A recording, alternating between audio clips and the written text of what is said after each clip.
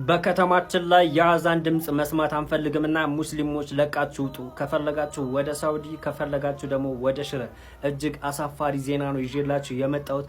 ሙስሊም ሆነ ሁሉ ይህን ቪዲዮ በቻለው መጠን ሁሉ ሼር፣ ኮፒ ሊንክ፣ ሪፖስት እያደረገ ማዳረስ ግዴታችን ነው። በአክሱም የሚገኙ ሙስሊም ወንድም እህቶቻችን ሁሉ ድምጽ ሆኑን፣ የድረሱልን ጥሪ እያሰሙ ይገኛሉ። አንደኛ እኛ መሬት የሰጠናችሁ እንድትኖሩበት እንጂ እንድትሰግዱበት ወይም አዛን እንድትሉበት አይደለም እያሏቸው ይገኛሉ። ሁለተኛ የአዛን ድምጽ ፈጽሞ በከተማችን ላይ መስማት አንፈልግም። ሶስተኛ ይህንን ከተማ ለቃችሁ እንድትወጡ እንፈልጋለን። ከፈለጋችሁ ወደ ሳውዲ አረቢያ ከፈለጋችሁ ደግሞ ወደ ሽሬ መሄድ ትችላላችሁ።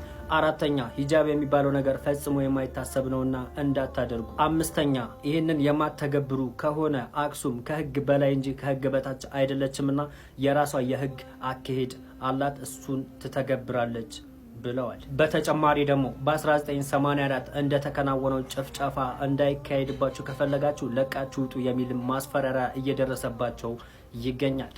ከ70 ሚሊዮን በላይ ሙስሊም ባለበት ሀገር እንደዚህ ንቀትን ማከናወን እጅግ የሚያስገርም ነው። ሁሉም በጎሳው በክልሉና በአካባቢው ሳይከፋፈል ከአክሱም እህት ወንድሞቻችን ጎን ሆኖ ድምጽ ሊሆናቸው ይገባል። ከዛም አልፎ የትኛውም ርቀት ላይ ሄዶ መብታቸውን ማስከበር ግድ ይላል። ይሄ ጅማሮ በሂጃብ በተማሪዎች ላይ የተጀመረ ነበረ። በዛ ምንም ማድረግ ሳንችል ስንቀር ወደ ከፍተኛው እርምጃቸው መሄድ ጀምረዋል። አሁንም ቢሆን የኢትዮጵያ ሙስሊም በሙሉ በመናበብና በአንድነት በመቆም ከእህትና ከወንድም ጎን ሊቆም ግድ ይሏል። ሙስሊም ሆነ የቪዲዮ የደረሰው ሁሉ ቪዲዮ ይስራ፣ ዲዩቲ ያደርግ፣ ሼር፣ ኮፒ ሊንክ፣ ሪፖስት እያደረገ ያዳርስ።